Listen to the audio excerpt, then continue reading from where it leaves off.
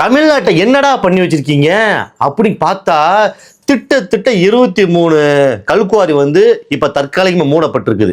அதன் பின்னாடி என்னன்னு பார்த்தோம்னா ஒரு ட்ரோன் ஷாட் காட்டுறாங்க.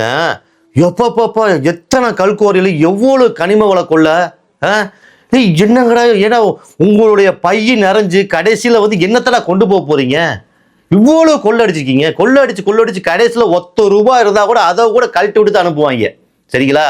ஏன்னா இவ்வளவு காசை இவ்வளவு கொள்ளடிச்சு தமிழ்நாட்டை சுடுகாடாக்கி வச்சிருக்கீங்க.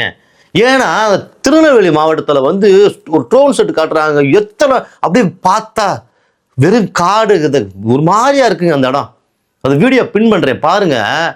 ஏங்க நல்ல வேலை மாற்றம் வேணும்னு நினைச்சிட்டு இருந்த மாற்றம் வந்தனாலதான் இவ்வளவு விஷயம் நமக்கு தெரியுது.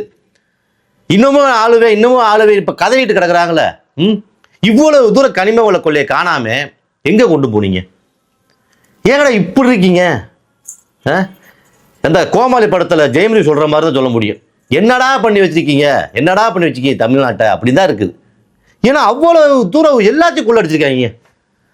இன்னைக்கு இப்ப தாவேகா அரசாங்கம் வந்தனால இவ்வளவு விஷயம் நமக்கு சோசியல் மீடியால தெரியுது. எல்லாத்தையும் நியூஸ் எடுத்து போடுறாங்க. இதுக்கு நிறைய கொத்தூசுகள், நிறைய ஜால்ரா கோஷ்டிகள் முட்டு கொடுத்து கமால்ல ஏதாச்சும் பண்ணீங்கன்னு வச்சுங்களே, நான் திரும்ப பதில் கம்பன் அடிப்பேன்.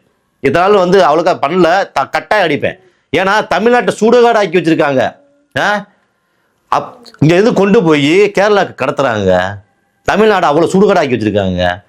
நல்ல வேலை தாவேகா அரசாங்கம் அமைஞ்சிச்சு. இல்லைன்னு வச்சுக்கினா திரும்ப வந்துருந்துச்சுன்னா, திரும்ப டிஎம்கேவோ இல்லை ஏடிஎம்கேவோ வந்துருந்துச்சுன்னா 2-1 சொன்னார்ல. இந்த இப்ப ஒவ்வொரு விஷயமும் வெளியில வருதுல்ல, அதெல்லாம் எங்கிட்ட போய் சேர்க்கறது? நம்ம தயவுசெய்து மக்களே, நீங்க ஒவ்வொன்றா பாருங்க, பொறுமையா பாருங்க. இப்ப 20 நாள் ஆயிடுச்சு. இன்னும் வரக்கூடிய பாருங்களேன், அண்ணன் வேற வெள்ளரிக்கை உரையன் இருக்காரு. அதுக்காக வெயிட் பண்ணிட்டு இருக்கலாம். இன்னும் என்னென்ன தெரிய போகுதுன்னு தெரியல.